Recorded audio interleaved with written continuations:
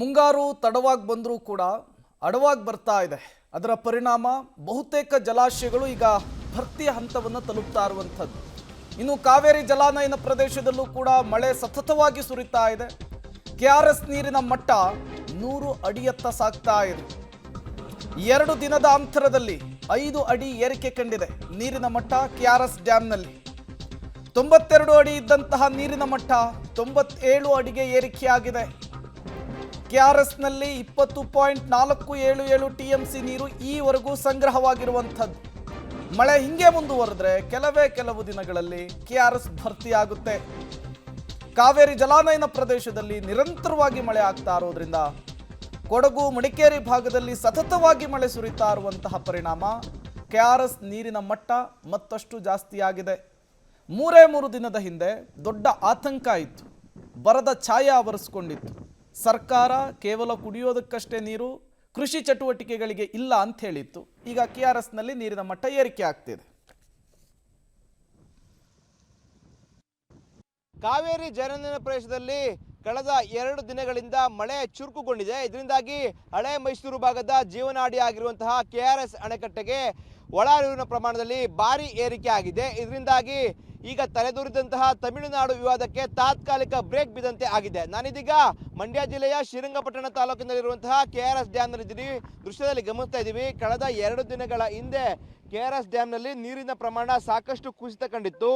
ಆದರೆ ಇದೀಗ ಕೆಆರ್ಎಸ್ ಅಣೆಕಟ್ಟೆ 97 ಅಡಿಗೆ ತುಂಬಿದೆ. ಅಲ್ಲಿಗೆ 100 ಅಡಿಗೆ ಇದು ದಾಪುಗಾಲಾಗ್ತಿರೋದನ್ನ ದೃಶ್ಯದಲ್ಲಿ ಗಮನಿಸ್ತಾ ಇದ್ದೀವಿ.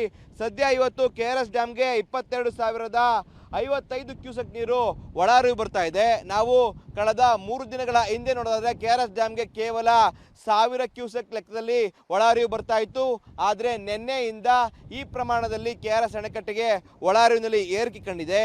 ಇದರಿಂದಾಗಿ ಕೆಆರ್ಎಸ್ನ ಇಂದಿನ ಮಟ್ಟ 97 ಅಡಿಗೆ ತಲುಪಿರುವಂಥದ್ದು. ಇನ್ನು ನಾವು ಟಿಎಂಸಿ ಲೆಕ್ಕಾಚಾರದಲ್ಲಿ ನೋಡೋದಾದ್ರೆ 20.477 ಟಿಎಂಸಿ ಇದೀಗ ಸದ್ಯ ಕೆಆರ್ಎಸ್ ಡ್ಯಾಮ್ನಲ್ಲಿ ನೀರಿದೆ.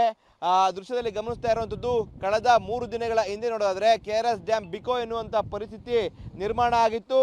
ಆದರೆ ಇದೀಗ ಸಂಪೂರ್ಣವಾಗಿ ಡ್ಯಾಮ್ ತುಂಬುವಂಥ ಭರವಸೆ ಕೂಡ ಇದೀಗ ಬರ್ತಾ ಇದೆ. ಯಾಕಂದರೆ ಮೊನ್ನೆಯಿಂದಲೂ ಕೂಡ ಕಾವೇರಿ ಜಲಾನಯನ ಪ್ರದೇಶದಲ್ಲಿ ಉತ್ತಮವಾಗಿ ಮಳೆ ಬರ್ತಾ ಇದೆ. ಆ ನಿಟ್ಟಿನಲ್ಲಿ ಈ ಒಂದು ಕೆಆರ್ಎಸ್ ಅಣೆಕಟ್ಟೆಗೆ ಅಪಾರ ಪ್ರಮಾಣದಲ್ಲಿ ನೀರು ಬರ್ತಾ ಇರುವಂಥದ್ದನ್ನು ದೃಶ್ಯದಲ್ಲಿ ಗಮನಿಸ್ತಾ ಇದ್ದೀವಿ.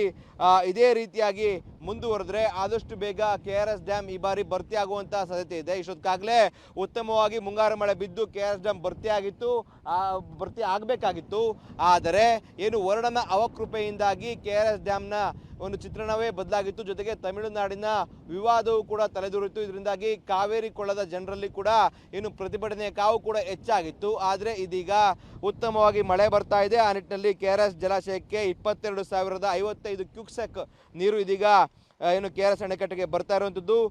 ಮೊನ್ನೆ 17 ಟಿಎಂಸಿ ಅಷ್ಟೇ ಕೆಆರ್ಎಸ್ ಜಲಾಶಯದಲ್ಲಿ ನೀರಿತ್ತು. ಆದರೆ ಇವತ್ತು 20 ಟಿಎಂಸಿ ಅಷ್ಟು ನೀರಿದೆ. ಒಟ್ಟಾರೆ ಹೇಳಾದ್ರೆ ವರುಣನ ಕೃಪೆಯಿಂದಾಗಿ ಕೆಆರ್ಎಸ್ ಜಲಾಶಯಕ್ಕೆ ಉತ್ತಮವಾದಂಥ ಒಳಹರಿವು ಬರ್ತಾ ಇದೆ. ಇದೇ ರೀತಿಯಾಗಿ ಮಳೆ ಮುಂದುವರೆದ್ರೆ ಕೆಆರ್ಎಸ್ ಜಲಾಶಯ ಆದಷ್ಟು ಬೇಗ ಭರ್ತಿ ಆಗುವಂಥ ಸಾಧ್ಯತೆ ಇದೆ. ಮತ್ತೆ ಕಾವೇರಿ ಕೊಳ್ಳದ ರೈತರಿಗೆ ಮತ್ತೆ ಜನರಿಗೆ ಸಂತಸದ ವಾತಾವರಣ ಕೂಡ ನಿರ್ಮಾಣ ಆಗುವಂಥದ್ದು. ಕ್ಯಾಮ್ರಾ ಪರ್ಸನ್ ವಿನೋದ್ ಜೊತೆ Rohit Devarahalli, public TV, KRS dam.